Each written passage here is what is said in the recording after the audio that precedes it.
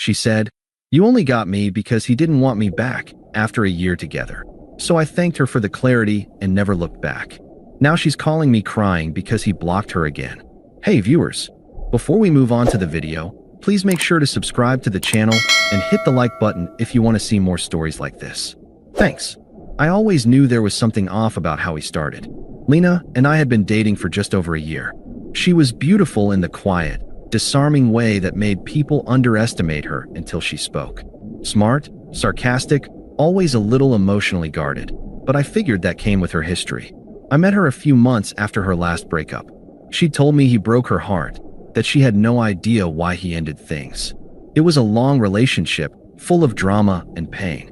I listened, I supported her, and honestly, I was just happy to be the guy who treated her right after someone else didn't. For the first 6 months, I gave her nothing but patience. She cried about him once.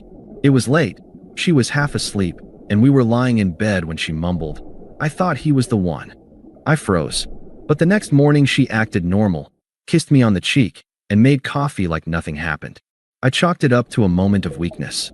I told myself, healing isn't linear. She's with me now. I just have to be steady. So I stayed steady. I gave her space when she needed it. I gave her time when she got distant. And I never, not once, made her feel guilty for not being all in emotionally, even when I was already halfway drowning in her. Looking back, I realize I ignored a lot of signs. Like how she never said, "I love you" first, or how she hesitated when people asked how we met, or how she seemed to light up when she bumped into mutual friends of her ex, even if she pretended otherwise afterward. But I thought I could earn her trust. I thought if I showed up for her every single day, eventually she'd let me all the way in. I didn't grow up with a lot of stability, so being with someone who needed mine made me feel useful, important. I didn't realize how dangerous that can be, loving someone who only sees you as safe, not special. Still, I meant every word I ever said to her. Every plan I made. I never cheated, never raised my voice, never made her feel small. My biggest sin was thinking that being good to her would eventually make her forget whatever she was still chasing. It didn't. And the night she finally told me the truth, it hit harder than anything I ever saw coming. It happened on a Tuesday night. We were sitting on the couch after dinner, something stupid playing on Netflix in the background. She had been quiet all evening, distant in that way she got sometimes, like her body was present, but her mind was somewhere else. I asked gently, "Everything okay?" She didn't answer right away. Just stared at the TV like it was more interesting than me. Then finally, she said, "Do you ever feel like none of this was supposed to happen?" I turned to face her. "What do you mean?" She sighed and rubbed her temples. "Like, you ended up with the wrong person. Life just kind of throws you into something safe, and before you know it, you're stuck with someone who isn't even supposed to be part of your story." I sat there, stunned. "Are you saying I'm not supposed to be part of your story?" Her voice sharpened. "You're twisting my words. I'm asking you to explain them." She stood up, walked to the kitchen, grabbed a glass of water, and leaned against the counter. Then she looked me dead in the eye and said it. "You only got me because he didn't want me back. If he had, I wouldn't even know your name." I didn't move, didn't blink, just silence. She kept going like she hadn't just gutted me. "I mean, let's be real. You knew I was a mess when you found me. You knew I was still hung up on him. You thought being the nice guy would earn you something. But it didn't. You were just convenient. Someone to hold me together until I felt like myself again."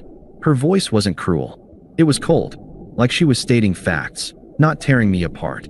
"You should be grateful, honestly. Most guys never get a chance with someone like me. I gave you more than I planned to." I stood up slowly. My hands were shaking, but my voice came out even. "I don't know what kind of twisted logic you think makes any of that okay." She scoffed. "Oh, come on. Don't act like you didn't sense it. You just didn't want to admit it. You thought you could fix me, and I let you try." I walked over to the kitchen, not to yell, not to plead, just to get close enough to see her clearly for the first time since we met. "Thanks," I said quietly. "For what?" she asked, almost annoyed. "For finally saying it out loud." She crossed her arms. "So that's it. You're walking away because of one honest conversation." I nodded. "Exactly. One honest conversation. The first one we've ever had." I grabbed my keys. Didn't pack a bag. Didn't slam the door. I just left. She didn't try to stop me. Because in her mind, she still believed she was the one in control. That belief wouldn't last. I didn't text her the next day, or the day after that. I didn't answer the 5 missed calls, the 3 "Are you serious?" texts, or the final one that just said, "Wow, so you're really doing this?" Yes, I was.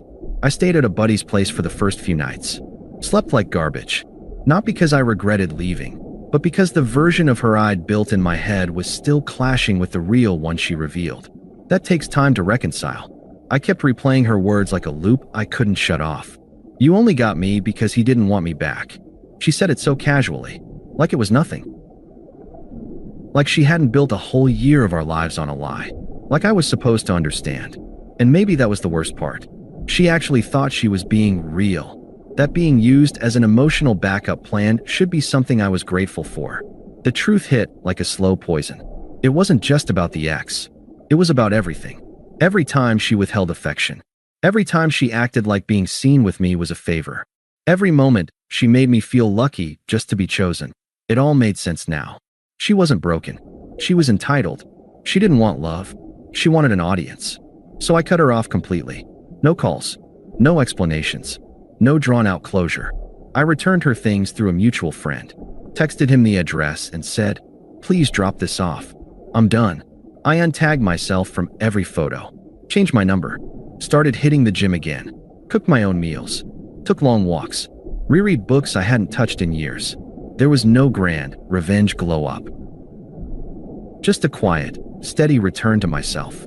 People don't realize how loud peace feels when you've lived under emotional manipulation for a year. She tried once more, 2 weeks after I left. I was sitting outside a coffee shop, reading, when her name popped up on my old email account. Subject line, "Just hear me out." I didn't open it. That was the day I realized I didn't need her to explain. I didn't need closure. She already gave it to me, in one line that told me everything I ever needed to know. And she was about to learn what silence really feels like. I didn't go looking for updates, but the world has a way of dropping them on your doorstep anyway. About a month after I left, I got a message from a mutual friend, someone who had always been more her friend than mine. She wasn't reaching out to play messenger. She just wanted to vent. "You won't believe this," she wrote. "Lena's back with Ryan. Ryan, the infamous ex, the one she hadn't talked to in forever. The one I apparently only got a chance with because he didn't want her back at the time. Now apparently he did. For a week or two, her social media turned into a cringe highlight reel of passive-aggressive triumph. Selfies captioned, "Some things fall apart, so better things can fall together." Photos of their dinner dates. A clip of them driving with some recycled TikTok audio about real men knowing what they want. It was like watching someone try to audition for the life she always wanted.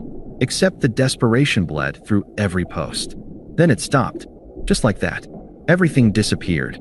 Pictures gone. Bio wiped. Then came the vague, sad updates. Healing isn't linear. Sometimes you don't get closure. You just move on. No one ever really stays. I said nothing. I watched nothing. But people kept sending me screenshots anyway. A few weeks later, she started reaching out. At first, it was tame. "I know you probably don't want to hear from me, but I just wanted to say I'm sorry. For everything." Then, "I don't know what I was thinking. You were the only person who ever actually showed up for me." Then, "Ryan was a mistake. He hasn't changed. He used me. You don't know the things he said to me." I didn't reply. She tried texting, then calling from a blocked number, then messaging a mutual friend to just pass along that I still care. When that didn't work, the tone shifted. "You think ignoring me makes you strong? You're just running from your feelings. Typical. You wouldn't even have this new confidence if I hadn't broken you first. Let's not pretend you're some prize now."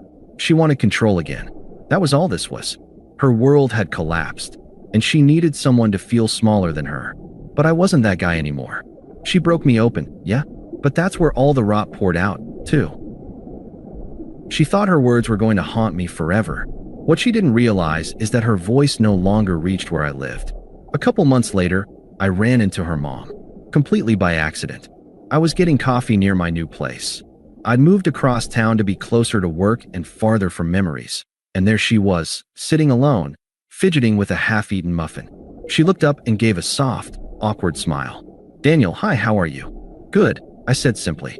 She asked how work was, how my parents were, All the usual small talk. Then she hesitated. I know you probably don't want to hear about Lena, she said, but she's not doing great. I didn't respond, just raised my eyebrows a little. She thought she had something real with that guy, Ryan, but turns out he was seeing someone else the whole time. Told her he was never serious and that she was just convenient. Her voice lowered. She hasn't been the same since you left. She's been staying with us again. I think she's starting to realize what she lost. I nodded once, gave a neutral, non-committal A few days later, Lena showed up at my building. I don't know how she found out where I lived. Probably asked someone, or maybe followed me. Either way, I walked out of the elevator and there she was, standing by the entrance, arms crossed tight across her chest. Her expression softened when she saw me.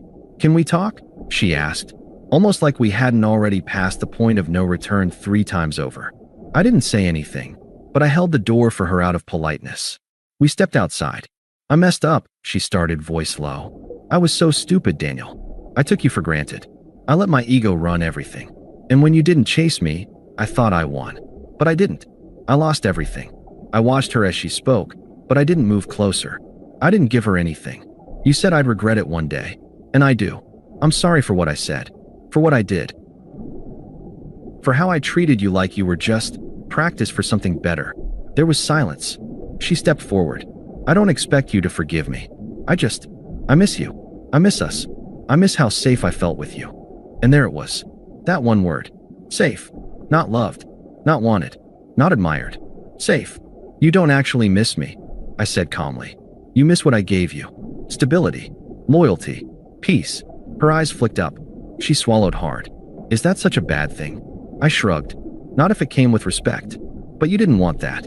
You wanted the thrill. You wanted someone who made you feel chaotic. So that's what you chased. Her face crumpled slightly. She looked away. I just thought, maybe now, with time. No, I said. That version of me you discarded? He's gone. And the one standing in front of you doesn't have anything left to offer you.